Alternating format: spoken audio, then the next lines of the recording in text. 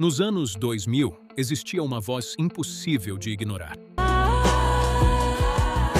to thank you, but I will go down with this ship. Ela tocava no rádio o tempo inteiro. Estava nos filmes, nas séries, nos CDs gravados, nas madrugadas da MTV e em literalmente todos os lugares. E então, ela desapareceu. Sem escândalos, sem grandes despedidas, sem anunciar a aposentadoria.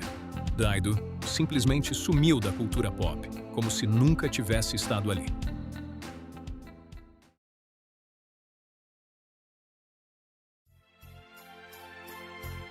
O mais estranho no sumiço de Dido é que ela era grande demais para desaparecer desse jeito.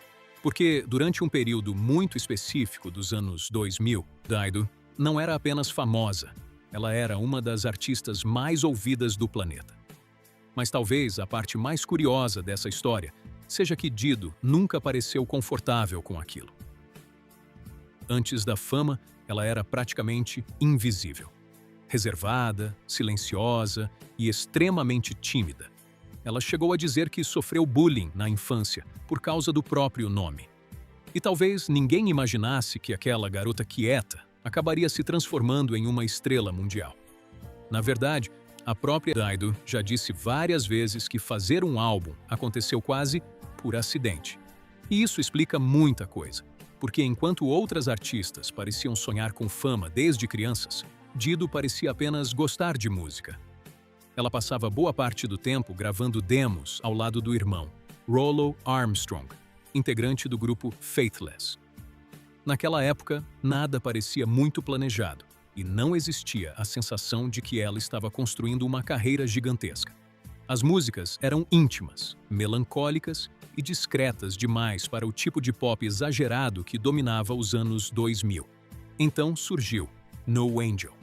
O álbum foi lançado inicialmente de forma discreta em 1999 e quase ninguém imaginava o que aconteceria depois. Porque, apesar das críticas positivas, Dido ainda parecia distante de virar uma superestrela. Até que uma música mudou tudo.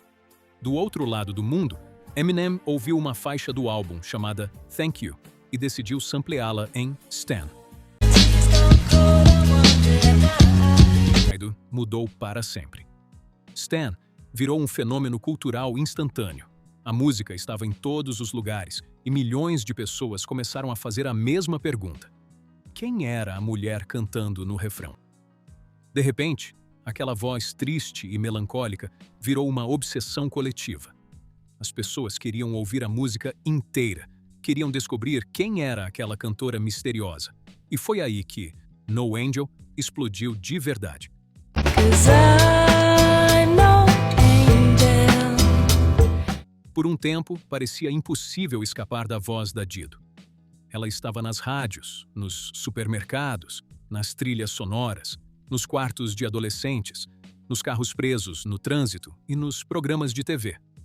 Havia algo quase hipnótico na maneira como aquelas músicas dominavam o ambiente, sem parecer agressivas.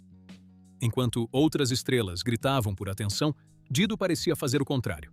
Ela cantava de forma calma, distante e quase fria. E talvez fosse exatamente isso que tornava tudo tão viciante. My lover's gone, he left at dawn. I felt him go, returns no more. But I will go down with this ship. There will be no white flag above my door. White Flag se transformou em um dos maiores hits daquela geração. Life for Rent consolidou ainda mais o sucesso dela. Vieram os milhões de discos vendidos, as turnês lotadas, as premiações, as entrevistas e as capas de revista. Naquele momento, parecia impossível imaginar que Dido desapareceria um dia. Mas existia algo estranho em toda aquela história. Ladies and gentlemen, tonight's award, and it is richly deserved, goes to Dido! Dido's big break came when Eminem used her song Thank You in his worldwide hit Stan. Her debut album No Angel has sold over 12 million copies around the world, more than any other British album of the last 12 years. Enquanto outras celebridades da época pareciam completamente viciadas em fama, Dido parecia desconectada da própria carreira. Nas entrevistas, ela não agia como uma estrela pop. Não parecia interessada em criar uma personagem extravagante e nem tentava chamar atenção o tempo inteiro. Muitas vezes, parecia até desconfortável diante das câmeras. E talvez isso fosse exatamente o que tornava ela tão diferente, porque enquanto o mundo enxergava uma superestrela internacional, Dido ainda parecia se enxergar como uma garota comum fazendo músicas ao lado do irmão. Em vários momentos, ela chegou a dizer que não entendia exatamente por que tinha ficado tão famosa. Na cabeça dela, aquelas músicas eram quase underground. E olhando para trás, parece que ela nunca conseguiu se conectar totalmente com a máquina da fama. Enquanto a indústria musical dos anos 2000 ficava cada vez mais barulhenta, exagerada e obcecada por exposição, Dido parecia caminhar na direção oposta. Ela resumiu a nova vida de uma forma quase inacreditável. Tudo continua igual, só que agora eu paro para dar autógrafos. Na época, aquilo parecia apenas humildade. Hoje, parece quase um aviso. Porque Dido nunca demonstrou fome por celebridade. Ela não parecia interessada no excesso, nas polêmicas, nos escândalos ou na necessidade constante de permanecer relevante.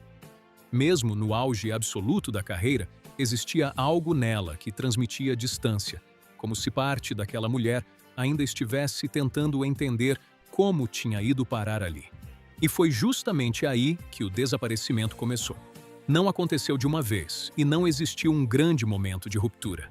Foi lento, silencioso e quase invisível. Os próximos álbuns já não tiveram o mesmo impacto dos anteriores. As aparições públicas começaram a diminuir, as turnês ficaram mais raras e, aos poucos, a cultura pop começou a seguir em frente, sem perceber que uma das maiores vozes daquela geração estava desaparecendo. Talvez isso tenha acontecido porque o mundo mudou rápido demais. Os anos 2000 começaram a ficar mais caóticos. A internet transformou completamente a indústria musical. E as celebridades passaram a viver expostas 24 horas por dia. Tudo ficou mais rápido, exagerado e agressivo. E Dido parecia cada vez menos compatível com aquele novo mundo. Mas existia também outro motivo muito mais doloroso acontecendo por trás das câmeras. Durante a produção do álbum Safe Trip Home, o pai de Dido morreu, e aquilo abalou profundamente a cantora. Ela mesma descreveu aquele trabalho como o disco mais sombrio da carreira. Em determinado momento, percebeu que simplesmente não conseguia cantar aquelas músicas ao vivo. Era pessoal demais e doloroso demais. Talvez tenha sido exatamente nesse momento que a música deixou de ocupar o centro da vida dela. Enquanto a indústria queria mais hits, mais turnês e mais exposição, Dido parecia querer silêncio. Pela primeira vez em muitos anos, ela parecia estar escolhendo a própria vida em vez da própria carreira. E então, os anos começaram a passar. 5, 10, 15. E o mais assustador é que muita gente nem percebeu quanto tempo tinha passado. Quando Dido voltou aos palcos em 2019, a própria cantora parecia chocada ao perceber que tinha passado 15 anos longe das turnês. 15 anos. Tempo suficiente para uma geração inteira crescer sem saber quem ela era. Mas quando ela voltou ao palco e começou a cantar Thank You, aconteceu algo impressionante. O público inteiro cantou junto, como se aqueles anos nunca tivessem existido. Porque algumas vozes simplesmente ficam presas na memória coletiva. E talvez seja exatamente isso que torna a história da Dido tão estranha até hoje. Ela era grande demais para desaparecer. Mas talvez o mais impressionante não seja o fato de ela ter sumido, e sim o fato de ter conseguido escapar. Enquanto tantas estrelas dos anos 2000 foram destruídas pela própria fama, Dido simplesmente saiu da máquina antes que ela consumisse completamente sua vida. Hoje, ela continua fazendo música, continua trabalhando ao lado do irmão e continua vivendo longe do caos que um dia transformou tantas celebridades em personagens. E talvez seja exatamente isso que faz a história dela parecer tão diferente de todas as outras da cultura pop.